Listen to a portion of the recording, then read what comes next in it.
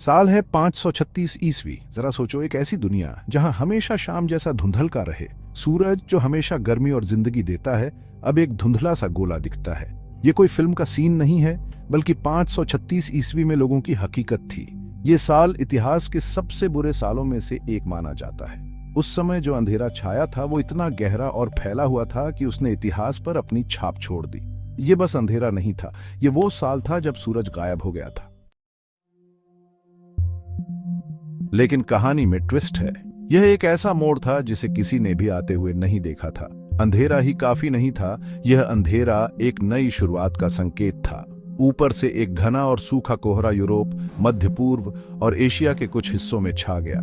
यह कोहरा इतना घना था कि कुछ भी साफ दिखाई नहीं दे रहा था। यह वो आम कोहरा नहीं था जो समुद्र से आता है। यह कोहरा कुछ अलग था, जैसे कि यह किसी रहस्यमयी शक्ति से उत्पन्न हुआ हो। यह एक अजीब सा, हमेशा रहने वाला धुंध था जो सूरज को ढके हुए था और पूरी दुनिया को अंधेरे में डुबो रहा था। यह धुंध इतनी घनी थी कि दिन और रात का फर्क मिट गया था।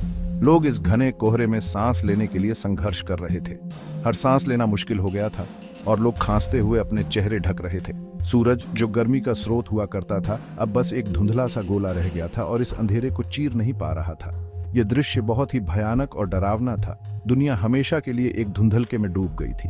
यह धुंधलका इतना गहरा था कि लोगों को यह समझ नहीं आ रहा था कि यह कब खत्म होगा। ये एक नई और अनजानी दुनिया का आगाज था, जहां हर चीज रहस्यमयी और अनिश्चित थी। सूरज के ढक जाने से तापमान बहुत तेजी से गिर गया। उत्तरी गोलार्ध में फसलें बर्बाद हो गईं। जो खेत कभी हरे भरे हुआ करते थे, वे अब बंजर पड़े थे। हर तरफ भूखमरी फैल गई। लोग पहले से ही कड़ाके की ठंड और अजीबोगरीब कोहरे से कमजोर हो चुके थे और अब भूख से मरने लगे। खाने की कमी ने लोगों को बेताब बना दिया और इस बेबसी ने झगड़े और लड़ाइयां बढ़ा दी। कभी खुशहाल और समृद्ध समाज बिखरने लगे। 536 ईस्वी का अंधेरा सिर्फ एक जगह तक सीमित नहीं था। चीन के इतिहास में बताया गया है कि कैसे एक पीली धूल ने आसमान को ढक लिया था और सूरज को छुपा लिया था। कोरिया के इतिहास में लिखा है कि कैसे गर्मियों में भी कड़ाके की ठंड और अंधेरा छाया रहा। दुनिया भर से मिले पेड़ों के छल्लों के अध्ययन से इस तबाही के वैश्विक होने की पुष्टि होती है, क्योंकि उनमें उस समय के अचानक और तेज गिरावट वाले तापमान के निशान हैं। ऐसा लग रहा था जैसे पूरी दुनिया एक ऐसी तबाही की चपेट में आ गई हो जो पहले कभी नहीं देखी गई। भाग 5, तबाही के पीछे का विज्ञान, रहस्य से पर्दा उठाना। यह कहानी हमें सदियों पुराने रहस्यों की गहराइयों में ले जाती है, जहां विज्ञान और इतिहास आपस में मिलते हैं। सदियों तक 536 ईस्वी की घटनाएं रहस्य के गर्त में डूबी रही। इतिहासकारों और वैज्ञानिकों ने इस समय की घटनाओं को समझने की कोशिश की, लेकिन जवाब हमेशा धुंधले रहे। आखिर सूरज, जो जिंदगी का स्रोत है, वो ऐसे कैसे गायब हो सकता है? यह सवाल सदियों से लोगों के मन में गूंजता रहा। क्या यह कोई प्राकृतिक आपदा थी या कुछ और? इसका जवाब धरती की गहराइयों में दफन था। वैज्ञानिकों ने धरती की परतों में छिपे सुरागों को खोजने के लिए गहन अध्ययन किया।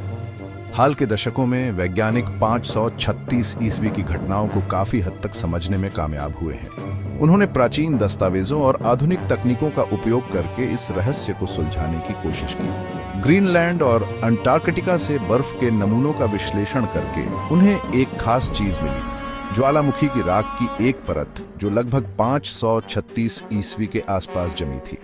यह खोज एक महत्वपूर्ण सुराग साबित हुई। यह कोई मामूली ज्वालामुखी राख नहीं थी।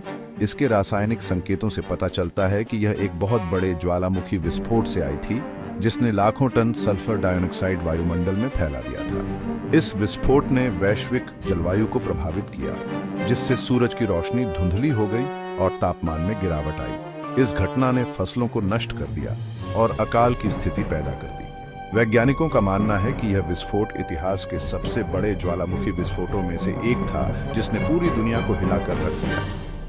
इस घटना के प्रभाव ने न केवल पर्यावरण को बल्कि मानव सभ्यता को भी गहरे रूप से प्रभावित किया। कई प्राचीन सभ्यताएं इस आपदा से उबर नहीं पाईं और उनका पतन हो गया। यह कहानी हमें याद दिलाती है कि प्रकृति की ताकत कितनी प्रबल हो सकती है और कैसे एक घटना पूरी दुनिया को बदल सकती है। आज वैज्ञानिक और इतिहासकार मिलकर इस रहस्य को और गहराई से समझने की कोशिश कर रहे हैं। वे नए सुरागों की खोज में लगे हैं ताकि हम अतीत की इन घटनाओं से सीख सकें और भविष्य के लिए तैयार हो सकें। भाग 6, ज्वालामुखी का कहर, आइसलैंडिक विस्फोट जिसने दुनिया को बदल दिया। इस विनाशकारी विस्फोट का स्रोत आइसलैंड में पाया गया। एक विशाल ज्वालामुखी, संभवतः ओक्जोकुल या उसका कोई पड़ोसी, अकल्पनीय उग्रता के साथ फटा था। इस विस्फोट ने भारी मात्रा में राख और सल्फर डाइऑक्साइड को वायुमंडल में ऊपर तक फैला दिया था। सल्फर डाइऑक्साइड ने जल वाष्प के साथ मिलकर सल्फेट एरोसोल का एक घूंघट बना दिया जो पूरी दुनिया में फैल गया, जिससे सूरज की रोशनी वापस अंतरिक्ष में परावर्तित होने लगी और पृथ्वी लंबे समय तक ठंड और अंधेरे में डूब गई। भाग 7, बाद का समय। एक अंधेरी दुनिया में जीने के लिए संघर्ष। 536 ईस्वी के विस्फोट के प्रभाव विनाशकारी और लंबे समय तक चलने वाले थे। अंधेरे और ठंड के शुरुआती दौर के बाद कई वर्षों तक फसलें नष्ट होती रहीं, अकाल पड़ता रहा और बीमारियां फैलती रहीं। कमजोर हो चुकी मानव आबादी प्लेग जैसी महामारियों की चपेट में आ गई, जिसमें जस्टिनियन प्लेग भी शामिल है, जिसने कुछ ही साल बाद पूरे यूरोप को अपनी चपेट में ले लिया था।